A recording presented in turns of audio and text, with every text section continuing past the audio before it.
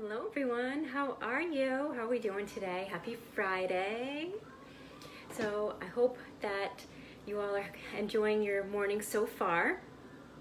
And I'm Kelsie Michaud, and I help emotional eaters to actually gain control of emotional eating so that they can quit dieting and just feel confident in themselves and the choices that they make. So today we're talking about how to stop cravings at night and those emotional eating habits, okay? How to break some of those habits. So if you come on, please say hello. I would love to say hello to you. And if you catch the replay, #replay, so I'll know you were here. I'd love to say hello to you as well that way. And I guess I'm just going to jump right in. So if you are somebody who has been restricting or depriving yourself, or if you skip meals throughout the day, you know, the only thing that's going to get you help with is thinking about more food and thinking about it constantly. Hi Shelly, how are you? So you maybe you grab like random snacks here and there throughout the day, and you think that's going to help, you know, satiate you as you're going along about your day. You know, we get busy and then we'll just grab something here and there, random. And, you know, the thing is that we're not really considering what our body wants or needs, okay? Especially when we're in a rush, or we're not really thinking about it, or we're not fully planned and prepared. So I know you're probably, you know, really busy. A lot of us are busy throughout our days, and sometimes we'll even skip breakfast. You know, sometimes we're in such a rush. Maybe not always, but maybe sometimes you're someone who does skip breakfast once in a while, or maybe you're just not that hungry in the morning. This does happen to some people. And the thing is, like, sometimes maybe you're skipping breakfast because you're thinking, all right, you know, I don't want to eat. If I eat less calories to start my day, maybe that will lead to some weight loss for me later on. So there are times when you haven't prepared your dinner, okay, because maybe you're not good at meal planning. So instead, or maybe you're just busy, okay? Sometimes you do plan, sometimes you don't. You know, sometimes we're just not consistent with it. But instead, you know, you'll end up grabbing something on the ride home from work, some kind of a takeout, you know, and that way, like with that, you're actually starting to feel maybe a little guilty about it, because maybe you're feeling guilty about what you ate from your takeout, because you know that you've done this multiple times already, and you kind of just shrug it off, figuring, you know, well, I've already eaten this much, why not just eat a little more? Why not just keep going, right? So continue snacking for the rest of the evening. Hi Jill, how are you? Thank you for coming on. So the thing is, like, especially when it comes to after dinner, that after dinner time, that is the time that I hear the most that people struggle with, especially, you know, when it comes to just whether it's boredom or loneliness or just cravings, or you just feel like having a little something after dinner. Well, is this something that you do too? Like, have you created this post-dinner ritual that's, you just kind of like overeat and zone out and don't even think about it? Like you change into maybe, you know, some loose clothing, you want to get more comfortable, and you sit down on the couch with your phone or your laptop, or maybe even a book, and then you flip the TV on, and then you kind of just settle in. But you settle in for a couple of hours, and at the minute like a commercial comes on, couldn't think of the word, but the minute a commercial comes on, then all of a sudden you jump up for a snack. And the thing with that, like, first of all, you don't pay much attention to what you're eating or how full you're feeling while you're eating, and you're just enjoying the taste, and you just kind of sort of veg out. So does this sound like a familiar routine for you? Well, the issue might not be that you have any like lack of self-control or willpower to stay away from those foods that you really love, or at the very least have just grown accustomed to.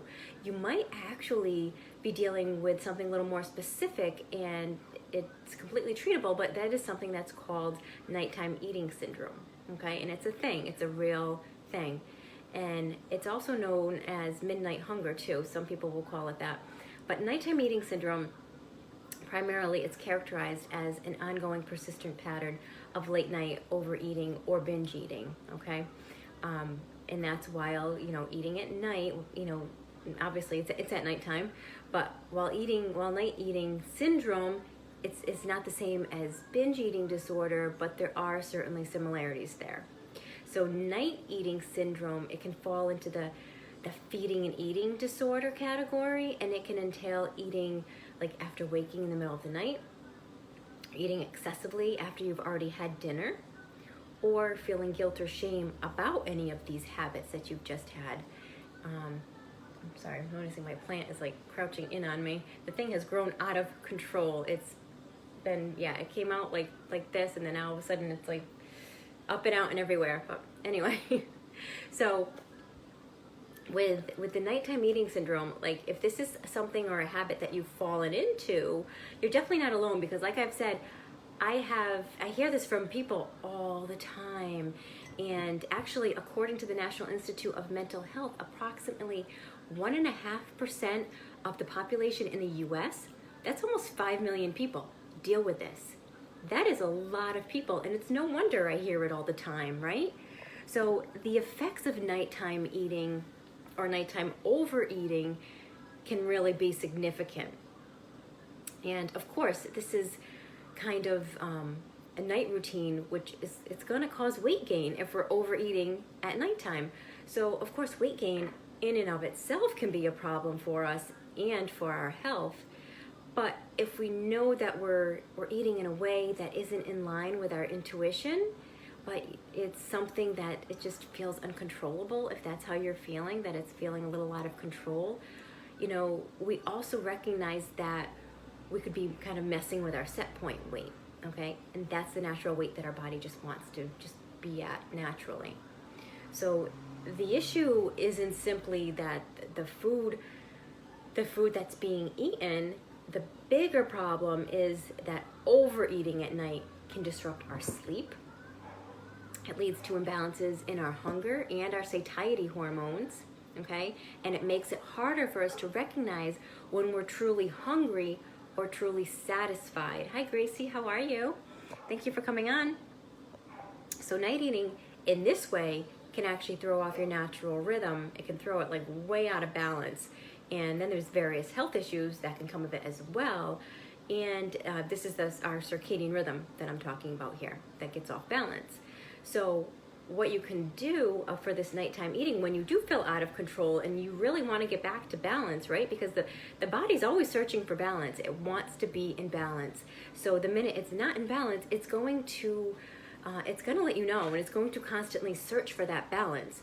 So that's why you end up feeling like you need to have a little something to eat sometimes, because you've kind of off balanced something there. So then it wants to get back into balance. Hey Jenny, how are you? So the truth of the matter is there really is a reason why you're experiencing what feels like, like you're out of control at night when it comes to food. So I have 5 ways I'm going to share with you that will help you to stop this night eating. And these are things that you could implement right now. You could implement them today. So these 5 ways can help you to achieve more balance so that you can curb those nighttime cravings and stop the late night and night eating, okay? So number 1, make sure that you're eating enough during the day, okay? It sounds simple, but a lot of people don't realize that they're not eating enough during the day. And if you're not eating enough during the day, then your body's gonna feel like it needs to catch up, okay? So not eating enough throughout your day is going to set you up for the overeating at night. And if you think about it, it makes sense. If you've been depriving yourself throughout the day, you're depriving your body of nutrients and the energy that it actually needs to go for hours on end to get you through your day, then, eventually your body's going to get frustrated with you, all right? And it's going to go searching for food. That's how it's going to rebel, all right? So when we restrict our intake, we're bound to head into like this round of binging or overeating, because our bodies they've lost, it feels like it's lost some time, and it needs to make up for that. So you need to give yourself permission to eat more regularly on a regular basis, and make sure to eat well-balanced meals. Okay, you want them to be well-balanced, because if they're not balanced, again, your body's searching for balance. It wants that balance. So if your meal or your snack isn't balanced, it's going to continue to search and look for that balance. Okay, these are things that I teach my clients to incorporate on a daily basis, because your meals and snacks have to be balanced. You want a nice healthy carb, healthy fat, and a nice lean protein. There's your 3 macronutrients there. There's your stable blood sugar. Everything's in balance, okay? So that can help you to not have those cravings later on at night if you're giving your body what it needs throughout the day. All right, and if you have any questions as I go along, please feel free to reach out. Feel free to just pop it in the comments. I would be more than happy to answer your questions for you. Okay, so number 2, you want to take a look at what's really going on. Okay, let's see what's happening with your body, with your day, with your week. You know, so obviously we all know we need food to live, correct? So there's choices that we can make. Some are more nutritious than others. Some add more to our wellness. But food does a lot more than just that. Hi, Stephanie. How are you? And sometimes it's food just brings us joy. And that's okay. That's awesome. So no wonder we celebrate birthdays with cake. And what better way to bring a little bit of happiness into our day than with some cake? So, you know, in a world where we're often bombarded with all these negative feelings or these negative emotions. Hey, Angela. And whether it's stress, so you're just feeling lonely, or maybe you're just a little bored, or maybe you're procrastinating about something, food can become an easy thing to lean on. And the thing is, what you want to do is you want to ask yourself, what purpose is food serving you? Okay, you know, add some stress management techniques on a daily basis. Again, things that I teach my clients to incorporate into their days and throughout their week. Something like yoga or just a simple meditation. You know, add this into your regular routine. Even 15 minutes a day can really make a difference. Maybe you're not something you've never done before, but once you start it and you get into that habit and routine of it, then it just becomes easier and easier, like anything, as you go. So think about, like, are you turning to food as a way to try to cure that loneliness or boredom? So plan something, plan an activity, but don't just plan any old activity. Plan something that's entertaining for you, that you really, really like. You know, something that maybe involves your loved ones, maybe a board game. You know, get back to old times where we're actually like really spending quality time together, or go out for a walk with family or friends, or even on your own. Sometimes that me time is all we need. Okay, so and think about it, like, is your food your go-to reward for like a job well done? Is that what you reward yourself with? So maybe you could take yourself, you know, out to the bookstore or something, get that book you've been wanting to read, or go buy that shirt that you've been eyeing at the store. You know, there's other ways to reward ourselves other than just food that make us feel good and rewarded too. So number 3, I want you to add more fun in your life. So by this, I mean, really, that's good advice, right? Hey, Lynn, how are you? You know, being told to actually cultivate more joy in your daily routine is a serious win. And here's the thing. Eating at night can turn into a favorite way to relax and wind down for you. And knowing that, you know, that pint of ice cream is just waiting for you in the freezer, you know, it's going to get you through your really hard day. And it can even turn into like the highlight of your day, or even like the primary source of your joy or entertainment and fun. So this is when it becomes a problem, okay? That's not how you should be thinking about food all day. You don't want it to be your primary source of your entertainment for the day. So you might be, maybe you're craving joy in another way and you're just not realizing it. Maybe joy or entertainment is something that you really need. Maybe you need some more self-nurturing. Maybe you need some kind of comfort in some way. You know, it might not be that pint of ice cream after all. So you want to add in what you really, really need, what you really need more of, and then you may find that you're less likely to fulfill that need with food, because you want to feel full, but not from food. Okay? So when I work with my clients, I dig really deep. We back it up. Sometimes we go right back to childhood and we dig really deep and we see what's missing and what are they lacking, and what are they feeling, and where are these negative emotions coming from that are being comforted with food.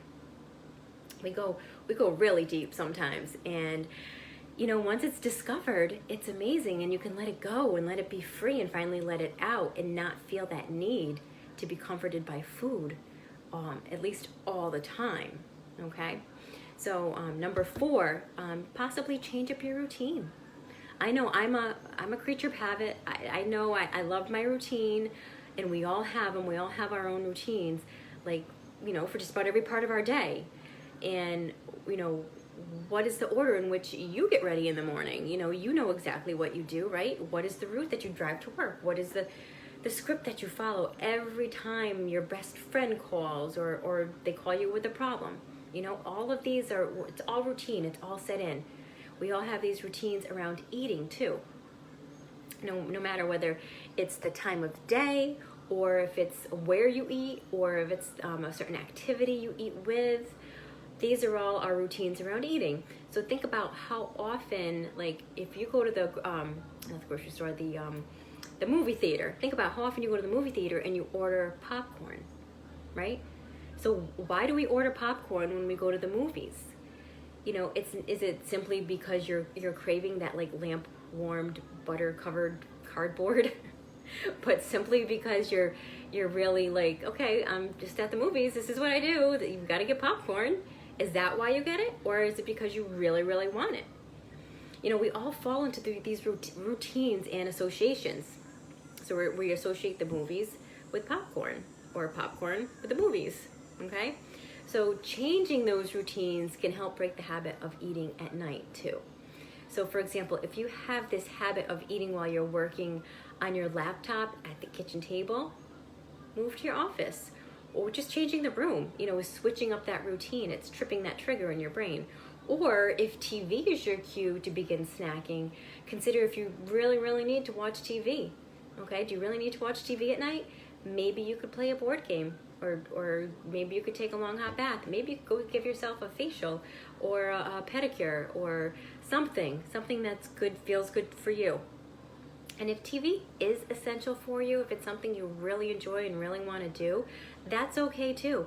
Maybe just try to pair it with a new activity so that the food becomes less associated with the shows that you're actually watching, okay? And also, just remember that all of this takes practice. And before the new habit feels comfortable or comforting, you need to practice it a bit. Just like with anything, I always say, the more you do it, the easier it's going to get. So don't give up if you first start or you try one of these tips and you're just like, yeah, I can't do it. I can't get it. It's not feeling different to me. It's not feeling good. Well, that's okay. It's not everything is meant to, something that's different and a change doesn't always feel good at first. But the more you do it, the easier it gets and the more comforting it gets. And then all of a sudden you're getting into this new routine or this new habit and that feels good. And all of a sudden you're doing that instead of your old habit. So number 5 has to do with sleep. So I want to make sure you're getting plenty of sleep, because the amount of sleep that you accumulate can make such a big difference in just about everything in your life. Sleep is a huge factor in our health, in our weight, and it also includes your likelihood to snack mindlessly when you're not even maybe hungry, okay? This sleep has a lot to do with a lot of everything that goes on in our body. So for a lot of people, this night eating is actually related to sleep problems, because maybe they have some anxiety. All right. So addressing the anxiety is an important step for starting to overcome the eating problems. So like I said, like with my clients, I dive deep. Sometimes, we got to address every emotion from wherever it's coming from, and whatever that emotion might be, that needs to be addressed first so that we can uncover what's really going on and stop the mindless emotional eating. So by creating a consistent evening routine, this can really help you. So excuse me, some tips that I want to give you to help you avoid having any kind of sleep deprivation. If and when you wake up in the middle of the night and you are feeling hungry, you know what, try to have like a small collection of these go-to foods that are really easy to eat. They're not going to take a long time because it's nighttime, and they're really filling. So they're going to fill you up. You're going to feel satiated and want to get right back to bed. So these could be something as simple as a glass of milk. It could be some yogurt, or it could be a banana. Okay, these are all really good options for you. Then brush your teeth real quick and just hop back into bed. You're satiated and you're ready to get some more sleep. Okay, because night eating, more often than not, is a response. And sometimes just redirecting that response can be as easy as changing like one little thing. So even with my clients, like everything is all about baby steps. Any changes we make, it's all baby steps, because you don't want to do anything that's overwhelming or feels like too much for you to handle, because then you don't want to do it. And I don't blame you. I wouldn't either. You don't want to take it, try to do an overhaul of your eating patterns or your routines or your life. You want to do something really small. So, eliminate like your top cue for eating. Think about that and see how it makes a difference for you. See how it changes. Just that one little thing can change for you. All right. Like, sometimes we need to work on or like work through our deep-seated emotions, and sometimes there's hormonal imbalances going on. Sometimes it's some stress management that we need. And if any of these are true for you, if you've even tried these tips and tricks, okay, and you feel like you're still struggling, then reach out. These are exactly the struggles and the things I work with my clients through, and including a non-diet approach to help you repair your relationship with food and your body. So I hope these tips were really helpful for you. If you give any of them a try, please let me know. Pop it in the comments. I'd love to hear from you, and I'd love to hear how you make out. And if you have any questions about the content I covered or anything to do with even your own personal health and weight goals, feel free to reach out. Pop it in the comments. You can PM me too, whichever works best for you. So I hope all of this was helpful for you. I hope you have such an awesome Friday and an awesome weekend, and I will talk to you guys soon. Bye, guys.